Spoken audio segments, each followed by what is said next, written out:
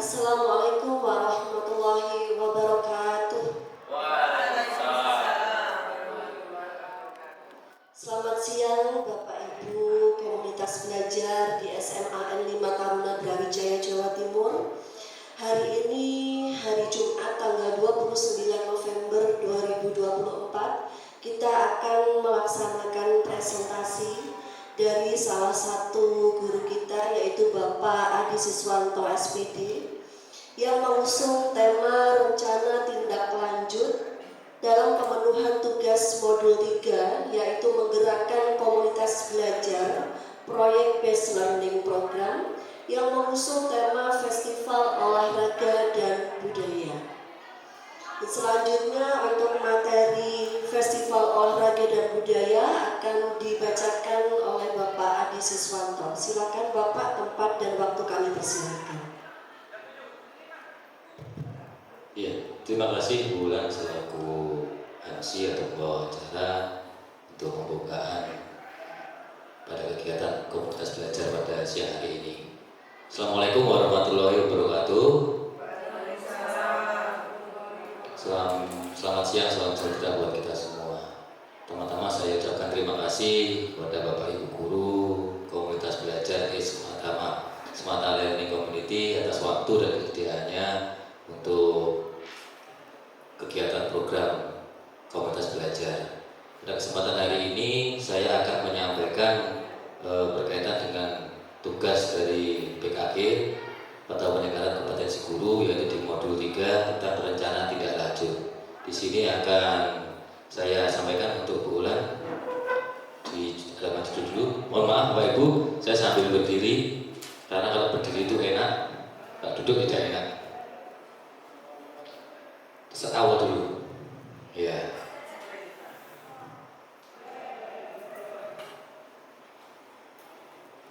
Ya. Pada menggerakkan komunitas belajar ini, saya mengambil program yaitu Festival Olahraga Pelajar. Berikutnya boleh. Dengan sebentar, mohon maaf.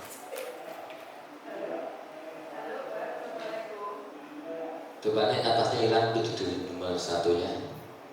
Nah, dengan bentuk kegiatan yang pertama melaksanakan lomba senam kreasi yang diikuti oleh seluruh pelajar atau siswa kelas 12. Jadi di sini saya nanti mengambil untuk kegiatannya terutama anak-anak di kelas 12.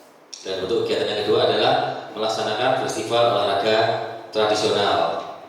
Nah, tujuan kita untuk melaksanakan festival olahraga tradisional itu apa, teman-teman? Di sini agar anak-anak bisa melestarikan bentuk-bentuk atau jenis permainan olahraga tradisional dengan bentuk berupa festival. Jadi nanti teknisnya setiap kelas menampilkan jenis-jenis olahraga tradisional yang dapat diangkat atau difestivalkan. Nanti olahraga yang paling bagus akan mendapatkan reward dari kita. Dan untuk kegiatan yang ketiga adalah pelaksanaannya. Pelaksanaan akan dilakukan mulai September sampai dengan nanti bulan Desember akan diselenggarakan gelar kaya atau festivalnya. Slide berikutnya.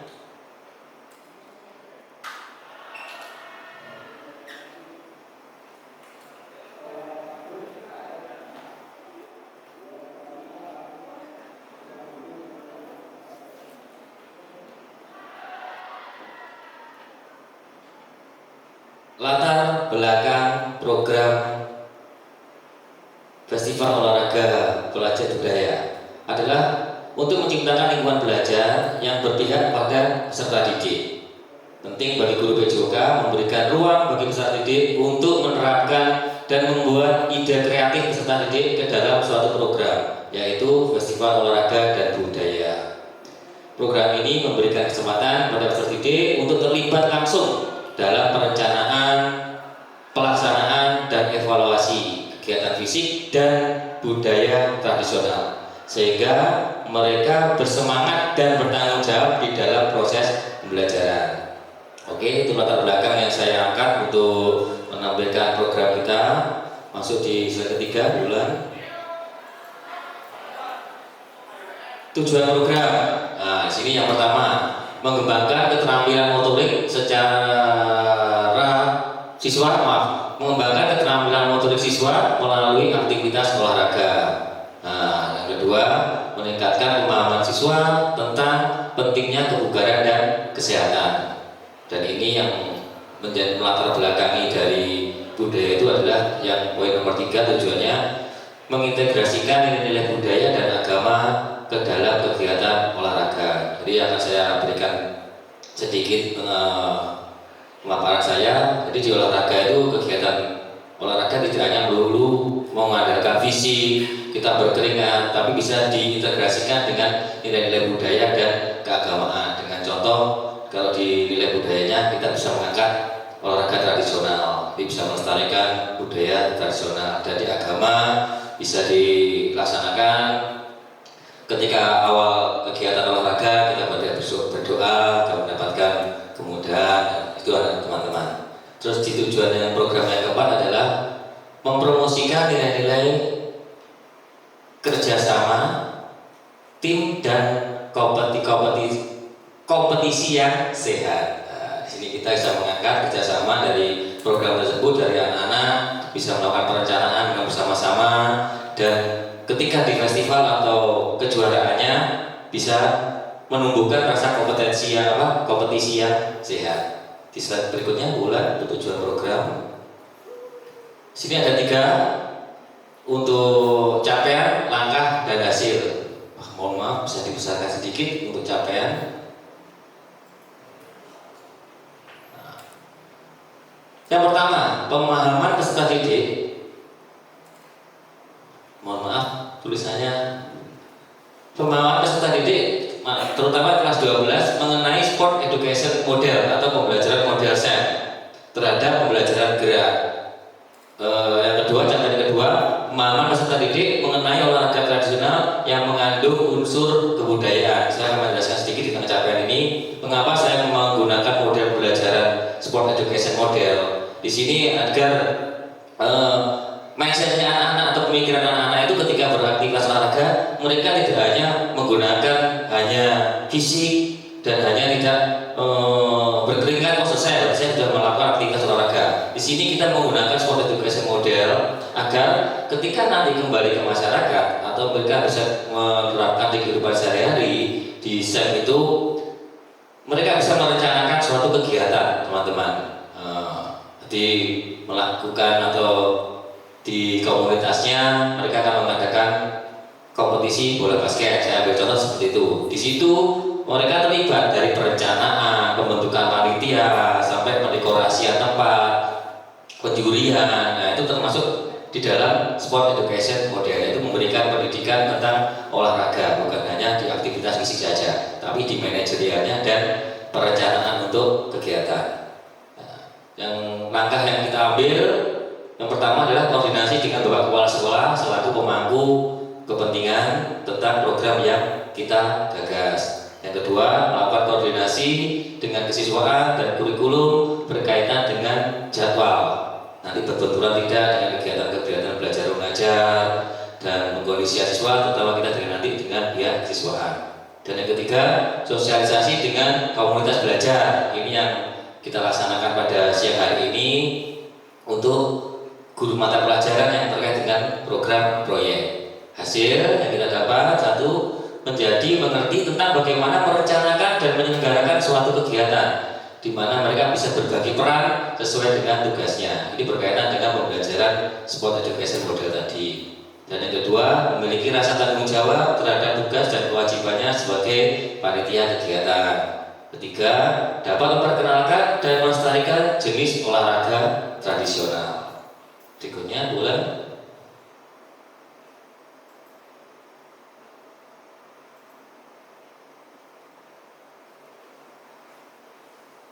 Kita masuk ke struktur program dan mitra dalam komunitas belajar. Yang pertama, struktur adalah yang di nomor 1 tentu saja adalah kepala sekolah. Yang kedua adalah pengurus kombel. Ketiga, guru PJOK dan guru mata pelajaran. Keempatnya masih hilang. Keempatnya paguyuban wali murid. Dan yang kelima adalah peserta didik kelas 12. Tujuan atau sasaran kita di program kita. Dan kita bermitra dengan cabang dinas pendidikan, yang kedua dinas kebudayaan, ini untuk berkaitan dengan nanti pemberian materi tentang olahraga atau tradisional yang akan menjadikan festivalnya anak-anak. Komite sekolah yang tentu saja akan mendukung segala program kita. Yang keempat adalah MGMP PJOK SMA Kota Kediri. Lanjut di ini adalah lagi bulan itu masih ada pernyataan tentang kapasitas yang dimiliki kelas. Ini adalah berkaitan dengan aset, teman-teman. Yang pertama adalah aset manusia. Sangat kecil sekali bedanya.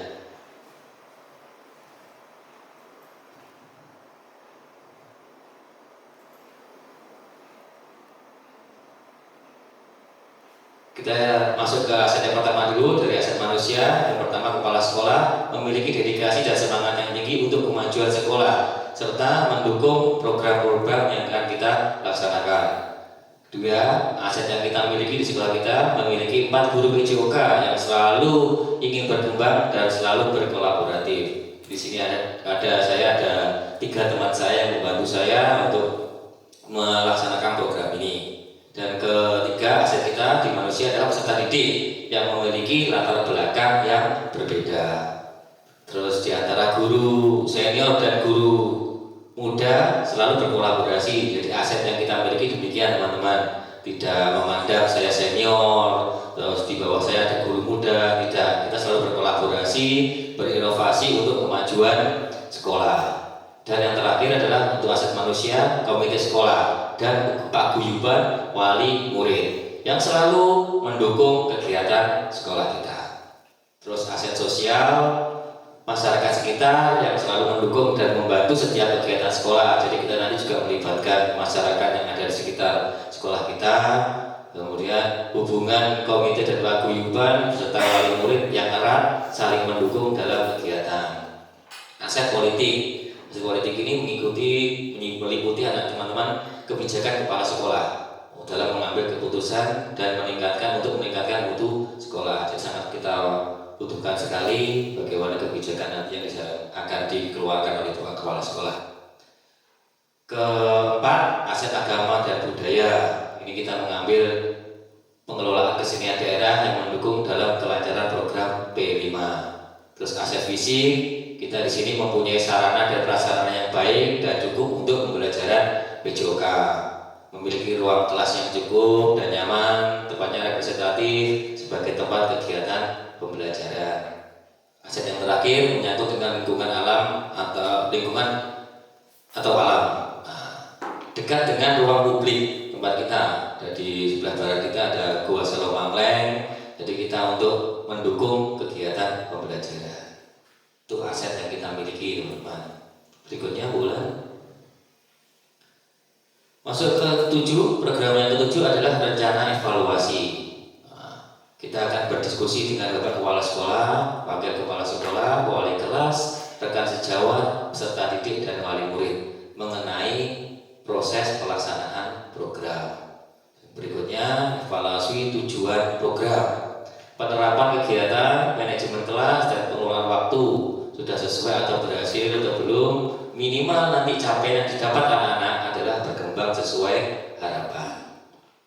Dan terakhir, untuk rencana evaluasinya, meminta umpan balik dari kepala sekolah, wakil kepala sekolah, wali kelas, rekan sejawat, peserta didik dan wali murid. Jadi untuk evaluasi program yang terakhir, kita akan mengaksanakan umpan balik agar nanti kedepannya untuk pelaksanaan program yang berikutnya akan berjalan dengan lebih baik. Oke, masuk ke kemungkinan dan tantangan yang akan kita hadapi dalam pelaksanaan program ini, teman-teman.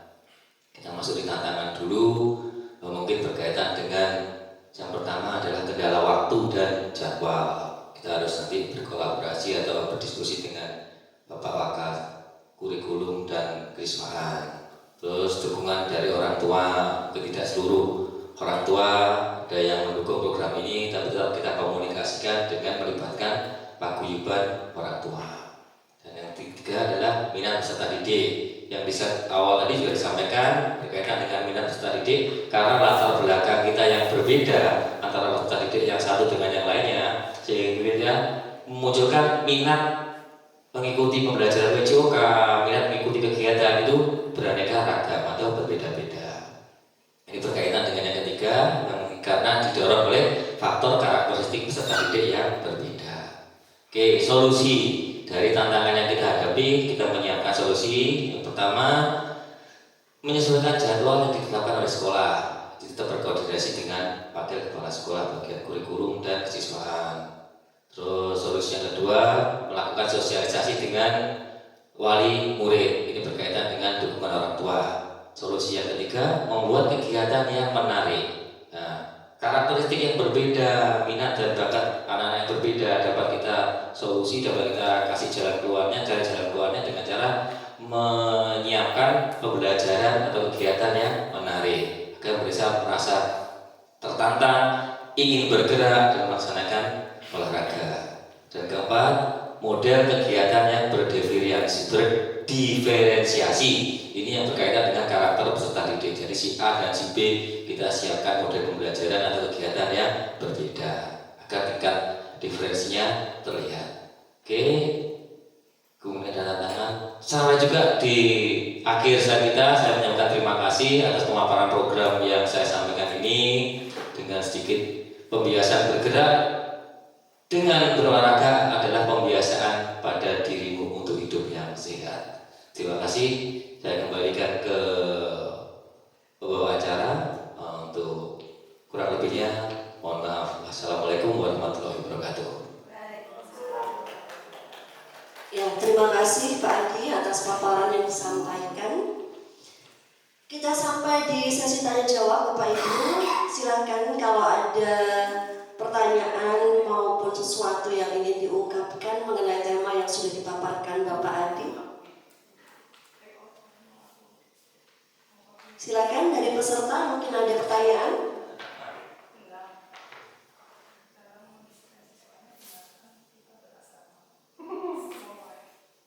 Ya, Bapak Ferry.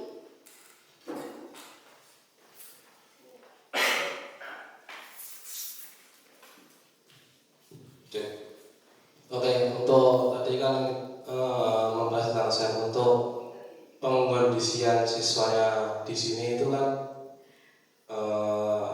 jelas ya agak sulit karena di sini juga karakternya dan anaknya juga berbeda-beda dari segala penjuru Indonesia ya, latar belakang juga gitu. Terima kasih. Gimana caranya pengkondisiannya? Terima kasih Pak Ferry atas pertanyaan yang disampaikan. Ini sifatnya kita berbagi nanti ya, untuk sharing aja.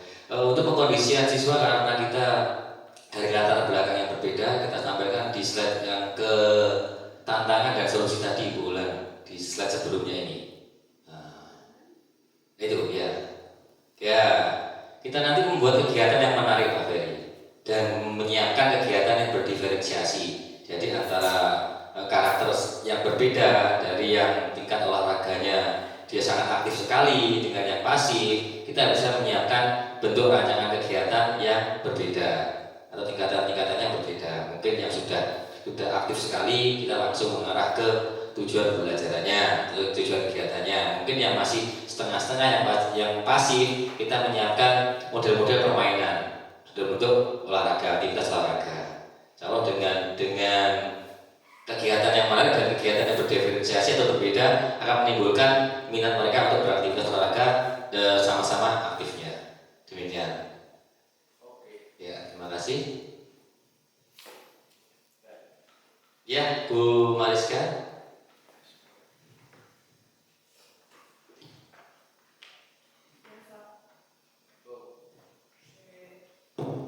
Terima kasih Pak Adi. Saya akan menanyakan ini untuk waktu dan pelaksanaannya kan di sini juga biasanya terkendala dengan waktu. Ya. Gimana untuk waktu dan pelaksanaannya menyiasatinya dengan cara seperti apa? Ya, terima kasih. Untuk waktu kita memakai nanti di kokurikuler. Jadi kita tidak mengambil di jam kegiatan pembelajaran tidak, tapi kita ngambil di sore atau mungkin di hari Sabtu atau Minggu ketika mereka tidak melaksanakan kegiatan. Dan yang terpenting kita selalu berkoordinasi dengan kurikulum dan kesiswaan untuk mengetahui jadwal mereka mungkin apa. Dan kita sifatnya di program ini adalah fleksibel atau kurikuler. Jadi kita bisa mengambil di antaranya di sore hari dan melaksanakan dan tapi untuk festivalnya kita sudah mengagendakan di bulan Desember.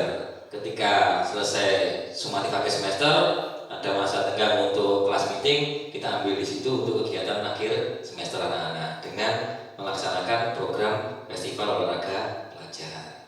Demikian Bu Mariska untuk penjelasan waktu yang bisa saya sampaikan. Terima kasih, mungkin waktunya sudah cukup Bu Ulan, ya. Saya kembalikan ke Bu Ulan. Ya, monggo benar Pak Adi.